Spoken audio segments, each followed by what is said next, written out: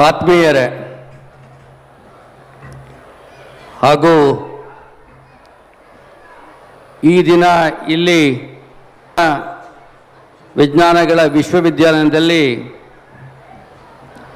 ಅದು ಮಂಡ್ಯದಲ್ಲಿ ವಿ.ಸಿ. ಫಾರಂನಲ್ಲಿ ಬಹಳಷ್ಟು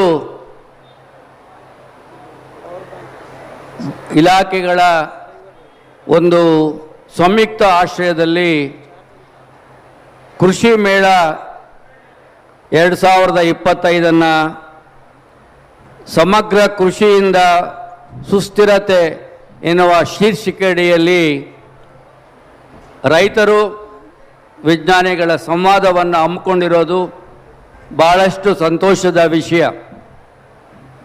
ಈ ಸಮಾರಂಭಕ್ಕೆ ಈ ದಿನ ಸಭಾ ಸದಸ್ಯರಾಗಿ ಡಾಕ್ಟರ್ ಎಂ.ಎ. ಶಂಕರ್ ಅವರು, ಡಾಕ್ಟರ್ ಎಸ್.ವಿ. ಹಿತ್ತಲಮನೆಯವರು, ಡಾಕ್ಟರ್ O.R. ನಟರಾಜರವರು, Shri Anupama K G., doctor B. ಕೃಷ್ಣಮೂರ್ತಿಯವರು, ಬೋರಯ್ಯನವರು ಬರಬೇಕಾಗಿತ್ತು, ಬಂದಿಲ್ಲ. ಸುನಂದ ಜಯರಾಮ್ ಅವರು ಬರಬೇಕಾಗಿತ್ತು, ಅವರು ನಾಳೆ ಬರ್ತಾರೆ ಅಂತ ಹೇಳಿದರು. ಶ್ರೀಮತಿ ವಸಂತಮ್ಮ ಹಾಗೂ ಇಲ್ಲಿ ಬಂದಿರತಕ್ಕಂಥ ಎಲ್ಲ ಶ್ರೀಕಂಠು ಅವರು ಹಾಗೂ ಎಲ್ಲರಿಗೂ ಕೂಡ ನಾನು ಸ್ವಾಗತಿಸ್ತಾ, ಹಾಗೂ ಈ ದಿನದ ಈ ಸಭೆಗೆ ತಾವೆಲ್ಲ ದಯಮಾಡಿ ಬಂದಿದ್ದೀರಾ, ತಮ್ಮನ್ನು ಸ್ವಾಗತಿಸ್ತಾ ಇಂದಿನ ಶೀರ್ಷಿಕೆ ಅಡಿಯಲ್ಲಿ ಸಮಗ್ರ ದೃಷ್ಟಿಯಿಂದ ಸುಸ್ಥಿರತೆ ಅನ್ನುವಂತಹ ಒಂದು ಕಾರ್ಯಕ್ರಮವನ್ನು ನಡೆಸ್ತಾ ಇದ್ದೇವೆ. ಇದು ಬಹಳ ಒಳ್ಳೆಯ ವಿಷಯ. ಅದು ನಮ್ಮ ಹರಣಿಕುಮಾರ್ ಅವರು ನನ್ನ ಸ್ನೇಹಿತರು, ಭಾಳ ವರ್ಷಗಳ ಹಿಂದೆಯಿಂದ ನನಗೆ ಪರಿಚಯ ಹಾಗೂ ಸಂಬಂಧಿಕರು ಆಗಬೇಕು. ಭಾಳ ಯಶಸ್ವಿಯಾಗಿ ಈ ವರ್ಷ ಈ ಕೃಷಿ ಮೇಳವನ್ನು ನಡೆಸ್ತಾ ಇದ್ದಾರೆ. ಅದು ಕೂಡ ಈ ಮಂಡ್ಯ ಜಿಲ್ಲೆಗೆ ಒಂದು ಹೊಸದಾದಂಥ ಒಂದು ಗರಿಯನ್ನು ಸೇರಿಸುವಂಥ ಪ್ರಯತ್ನದಲ್ಲಿ ಹರಣಿಕುಮಾರ್ ಅವರಿದ್ದಾರೆ.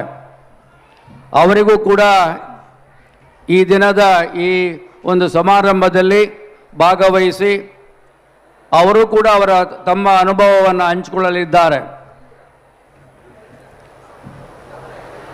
ಮೊದಲನೇದಾಗಿ ಹಳೆ ಬೇರು ಹೊಸ ಚಿಗುರು ಮೂಡಿರಲು ಮರಸೊಬಗು ಋಷಿ ವಾಕ್ಯದೊಡೆ ವಿಜ್ಞಾನ ಕಲೆ ಮೇಳವಹಿಸೆ ಜಸವು ಜನಜೀವನಕ್ಕೆ ಮಂಕುತಿಮ್ಮ ಅನ್ನುವ ಹಾಗೆ ಏನು ಈ ದಿನ ಈ ಒಂದು ಸಭೆಯಲ್ಲಿ ಸಭಾ ಸದಸ್ಯರಾಗಿ ಕೃಷಿ ವಿಜ್ಞಾನದಲ್ಲಿ ತರಬೇತಿಯನ್ನು ಹೊಂದಿ ಬಹಳಷ್ಟು ಜನಗಳಿಗೆ ವಿದ್ಯಾರ್ಥಿಗಳಿಗೆ ಮಾರ್ಗದರ್ಶನವನ್ನು ಮಾಡಿ ಈ ದಿನ ಇಲ್ಲಿ ಬಂದಿದ್ದಾರೆ. ಅವರ ಜೊತೆಗೆ ರೈತರು ಕೂಡ ಬಂದಿದ್ದಾರೆ. ಈ ಸಂವಾದ ಬಹಳಷ್ಟು ಯಶಸ್ವಿಯಾಗಿ ಆಗಬೇಕು. ಪ್ರಶ್ನೆಗಳು ಮತ್ತು ಉತ್ತರಗಳು, ಅವರು ಕೇಳುವಂಥ ಪ್ರಶ್ನೆಗಳು ಇವತ್ತಿನ ಸಂದರ್ಭದಲ್ಲಿ ಹೇಗಿದೆ, ನಾವು ಸ್ವತಂತ್ರ ಬರೋದಕ್ಕೆ ಮೊದಲು ಯಾವ ತರಹ ನಮ್ಮ ಆಹಾರ ಪದ್ಧತಿ ಜೊತೆಗೆ ನಮ್ಮ ಆವತ್ತಿನ ಏನು ಫುಡ್ ಸೆಕ್ಯೂರಿಟಿ ಏನಿತ್ತು, ಈ ದಿನ ಈಗ 2025ರಲ್ಲಿ ನಮ್ಮಲ್ಲಿರುವಂತಹ ಒಂದು ಆಹಾರದ ಟೋಟಲ್ ಕೊರತೆ ಏನಿದೆ, ಕೊರತೆ ಇಲ್ವಾ, ಹೇಗೆ ನಡ್ಕೊಂಡು ಹೋಗ್ತಾ ಇದೆ, ಎಂಥ ಸವಾಲುಗಳನ್ನು ನಾವು ಇವತ್ತು ದಿನ ಯೋಚನೆ ಮಾಡ್ತಾ ಇದ್ದೇವೆ. ಒಬ್ಬ ರೈತ ಉದ್ಧಾರ ಆಗಬೇಕಾದ್ರೆ ಅವನಿಗೆ ನಾವು ಸಮಗ್ರ ಕೃಷಿಯನ್ನು ನಾವು ಮಾಡಿಕೊಳ್ಳೋದ್ರಿಂದ ರೈತ ಉದ್ಧಾರ ಆಗ್ತಾನೆ, ದೇಶ ಪ್ರಗತಿಯತ್ತ ಸಾಗ್ತದೆ ಅಂಥೇಳಿ ಆ ದೃಷ್ಟಿಕೋನದಲ್ಲಿ ನಮ್ಮ 1947ರಿಂದ 2025ರವರೆಗೆ ನಮ್ಮ ಆಹಾರ ಪದ್ಧತಿಯಲ್ಲಿ ಆದಂಥ ಬದಲಾವಣೆಗಳು, ನಮ್ಮಲ್ಲಿ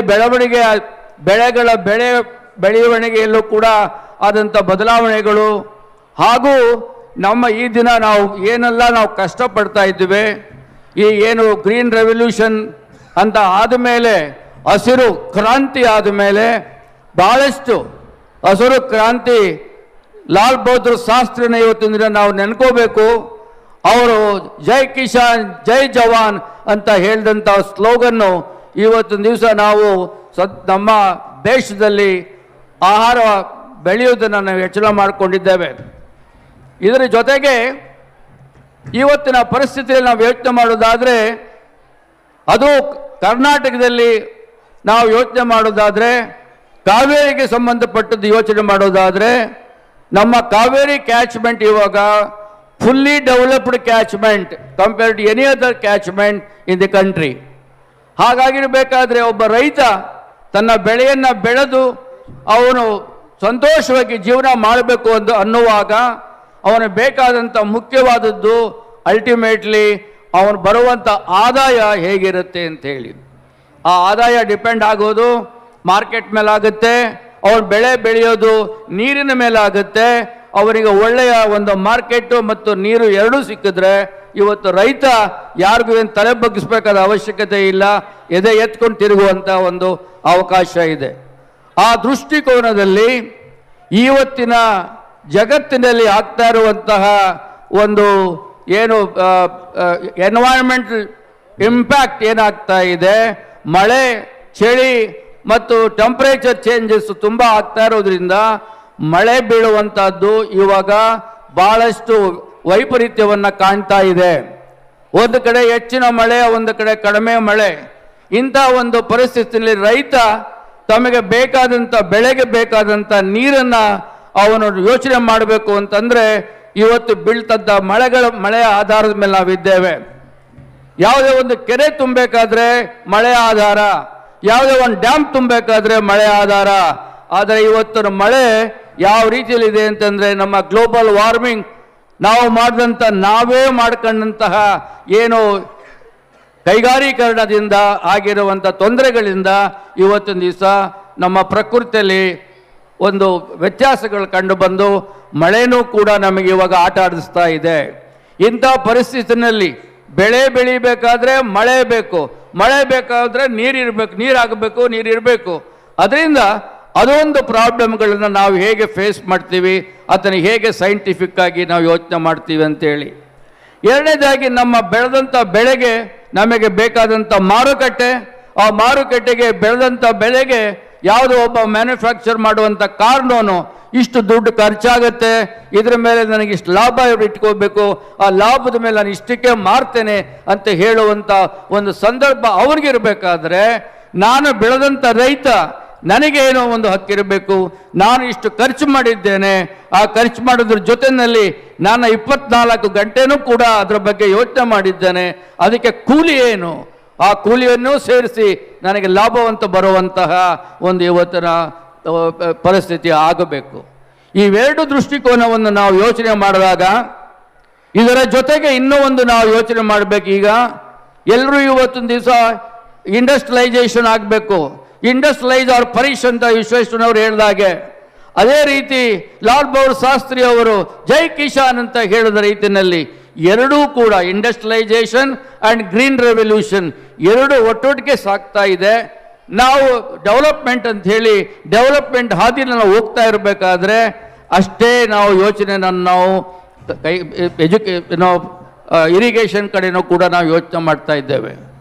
ಈ ದಿನ ನಾವು ಯಾವ ಪರಿಸ್ಥಿತಿಯಲ್ಲಿ ಇದ್ದೇವೆ ಅಂತಂದರೆ, ನೀವು ಪ್ರಾಪಂಚಿಕವಾಗಿ ಯೋಚನೆ ಮಾಡೋದಾದರೆ ಇಂಡಿಯಾ ಈ ದಿನ ನೀರಿನ ಸ್ಕೇರ್ಸಿಟಿ ಲೆವೆಲ್ಗೆ ನಾವು ಹೋಗಿದ್ದೇವೆ.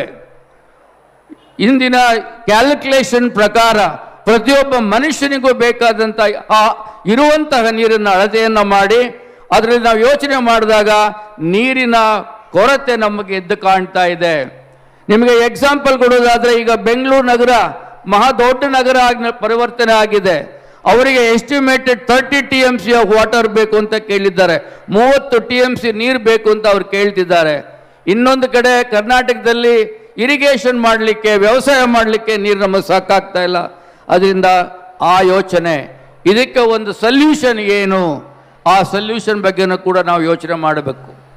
ಈಗಾಗಲೇ ಪ್ರಪಂಚದಲ್ಲಿ ನಾವು ನೋಡೋದಾದರೆ ಚೈನಾದವರು ಈಗೇನು ಯೋಚನೆ ಮಾಡ್ತಾ ಇದ್ದಾರೆ ಅಂತಂದರೆ, ಅವರು ಕೂಡ ಸ್ಕೇರ್ಸಿಟಿನಲ್ಲಿ ನೀರಿನ ಸ್ಕೇರ್ಸಿಟಿಲಿದ್ದಾರೆ. ಅವರು ಕೂಡ ಇವತ್ತೊಂದು ದಿವಸ ಅವರ ವಾಟರ್ನ ಯಾವ್ಯಾವುದು ಬೆಳೆ ನೀರನ್ನು ಜಾಸ್ತಿ ತೆಗೆದುಕೊಂಡು ಅದು ಬೆಳೆಯುತ್ತೋ 1 kg ಅಕ್ಕಿಗೆ 2000ದಿಂದ 3000 ಲೀಟರ್ ನೀರು ಬೇಕಾಗುತ್ತೆ ಅನ್ನುವಂತಹ ಒಂದು ಪರಿಸ್ಥಿತಿನಲ್ಲಿ ಅಂತಹ ಒಂದು ಎಕ್ಸಾಂಪಲ್ಗಳನ್ನು ತೆಗೆದುಕೊಂಡು ಅವರು ವರ್ಚುವಲ್ ವಾಟರ್ ಅಂತ ಹೇಳಿ ಸ್ಟೋರ್ ಮಾಡಲಿಕ್ಕೆ, ಅಂದರೆ ನಿಜವಾಗ್ಲೂ ಕೂಡ ವಾಟರ್ ಸ್ಟೋರ್ ಮಾಡ್ತಾ ಇಲ್ಲ, ವಾಟರ್ನ ಮಿತವ್ಯಯ ಮಾಡ್ತಾ ಇದ್ದಾರೆ. ಅಂತಹ ವಸ್ತುಗಳನ್ನು ಬೇರೆ ದೇಶಗಳಿಂದ ಅವರು ರಫ್ತು ಮಾಡಿಸ್ಕೊಂಡು ಅದು ಇಂಪೋರ್ಟ್ ಮಾಡಿಕೊಂಡು ಆ ನೀರನ್ನು ಉಳಿಸುವಂಥ ಒಂದು ಯೋಜನೆಗಳನ್ನು ಅವರು ಮಾಡ್ತಾ ಇದ್ದಾರೆ. ಇಂತಹ ಒಂದು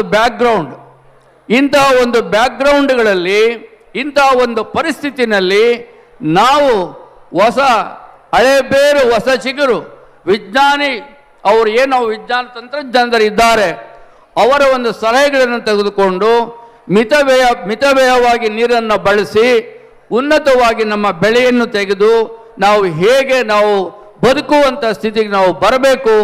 ಅದರಲ್ಲೂ ಕೂಡ ಈಗೇನು ಇವತ್ತಿನ ಶೀರ್ಷಿಕೆ ಹಾಕಿದ್ದಾರೆ ಸಮಗ್ರ ಕೃಷಿಯಿಂದ ಸುಸ್ಥಿತ ಅನ್ನುವಂಥ ಒಂದು ಸ್ಲೋಗನನ್ನು ಇಟ್ಕೊಂಡು ಮಾಡಿದ್ದಾರೆ. ಅದರ ಬಗ್ಗೆ ನಾವೆಲ್ಲರೂ ಕೇಳೋಣ. ಈ ವಿಜ್ಞಾನಿಗಳಿಂದ ಹಾಗೂ ರೈತರ ಸಮಸ್ಯೆಗಳನ್ನು ಹೇಗೆ ಅವರು ಪರಿಹರಿಸಬಹುದು ಅನ್ನುವುದರ ಬಗ್ಗೆ ಈ ದಿನದ ಒಂದು ವಿಷಯ. ಆ ಚರ್ಚೆಗೆ ಈಗ ಶುರುವಾಗಲಿದೆ. ಈಗ ಆ ಚರ್ಚೆಯನ್ನು ಶುರು ಮಾಡಲಿಕ್ಕೆ ನಮ್ಮ ಇವತ್ತಿನ ಸಭಾ ಸದಸ್ಯರಿಗೆ ಎಲ್ರಿಗೂ ಕೂಡ ನಾನು ಅಭಿನಂದನೆ ಮಾಡಿಕೊಳ್ತಾನೆ. ನಮಸ್ಕಾರ.